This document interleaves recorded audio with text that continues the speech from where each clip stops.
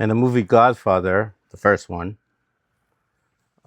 Johnny Fontaine is speaking with Don Corleone, and he's saying, "Oh, Godfather, I don't know what to do. I don't know what to do."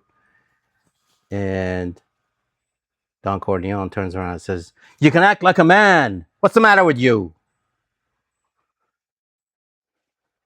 I love that scene. That's a great scene. If you haven't seen that movie, you should. But anyway,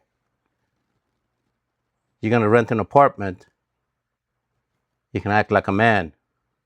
And here's how it goes. You're moving into your first apartment. There's a bunch of stuff you have to think about. I'm not giving you legal advice, but here are a bunch of things that you should definitely think about if you're moving into an apartment where you have to sign a lease. You have to understand what's in the lease. Don't be lazy. Read the lease. Understand what the landlord's expectations are. Before you empty a single box when you're moving in, take pictures and videos of every defect that you can see.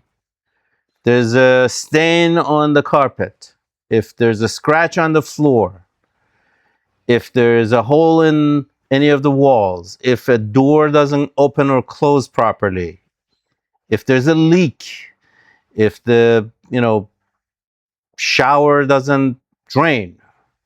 Any of these things need to be documented in video or in pictures and communicated to the landlord immediately. Same thing applies to moving out. If you're moving out of your apartment, take pictures of the apartment, how clean you've left it. I'm assuming you've cleaned everything. Take pictures of any of the issues that might become a problem in collecting your deposit. All these are evidence of you doing your due diligence. But what's even more important is every single one of these have to be communicated to the landlord in writing. I mean, you can send them a text if you feel like it, but an email or written letter is important. Notifications have to be in writing. Your promises, your conversations, none of those things apply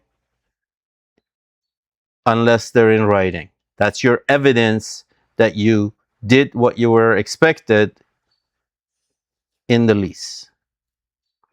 Understand the regulations in your state. How much deposit is a landlord allowed to get?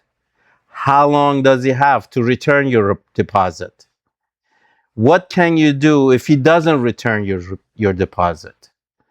Are you allowed to skip the last month in lieu of deposit? In most cases, that is not the case. The whole point of a deposit is that you pay all the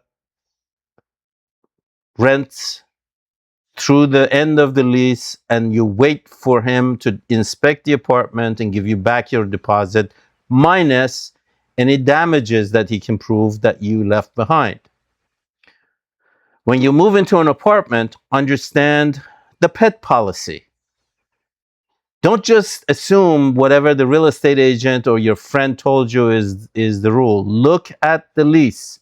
Make sure you understand if there is a rule on pets, you understand it. Same thing with guest policy. Understand how many people can visit you and how long they're allowed to stay.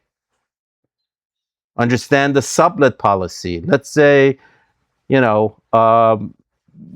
go into a lease and suddenly 5 months later, you get to be the CEO of GM and you need to move. Are you allowed to sublet that apartment or are you walking away from the lease? What happens if you walk away from the lease during the life of that lease? What is the cost to you? You have to understand that, and all of this information is in the lease. that you're signing. Do yourself a favor and do your landlord a favor, and hopefully you're going to get along with your super. Understand the garbage and recycling policy. That's very important. Certain municipalities fine landlords if their garbage is not properly stored or if their recycling is not properly done. So you have to be aware of what these rules are and follow them. You want to be a good tenant. The next apartment you're going to try to rent, they're going to ask, hey, can you give us a referral from the last landlord? You want to be on the good side of that landlord. Just do these things and add to this, it's extra credit if you have the cash, get rental insurance.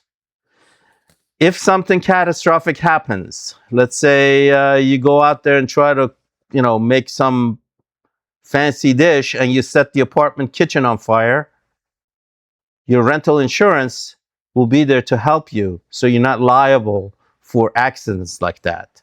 It's important for you to know these things. If during your stay in the apartment something goes wrong, understand what part of that has to be your responsibility and what part of that is the landlord's responsibility. An example would be if you pour something on the carpet and damage the carpet, that is not the landlord's problem. That is your problem, and you are going to have to pay to fix it. However, if the plumbing bursts and you flood your apartment, that's his responsibility. With the exception that you can't just sit on top of that bad news for weeks on end. You have to report problems to your landlord immediately so a small leak doesn't become a flood. If you're aware of a problem, let your landlord know as soon as possible.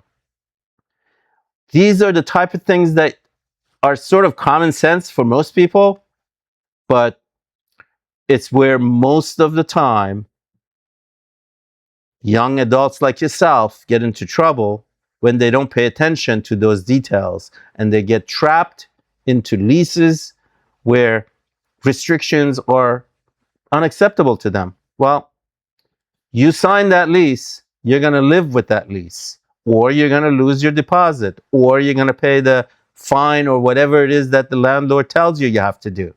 But reading your lease is important, and following some of these basic common sense rules is even more important. Remember, you've been warned. Don't go into something like a lease thinking everything is fine and everybody's telling you the truth. The truth is what's in the lease. It's not what people told you. What your friend told you, how nice the landlord is, all of that information is meaningless when you go to collect your deposit. Okay?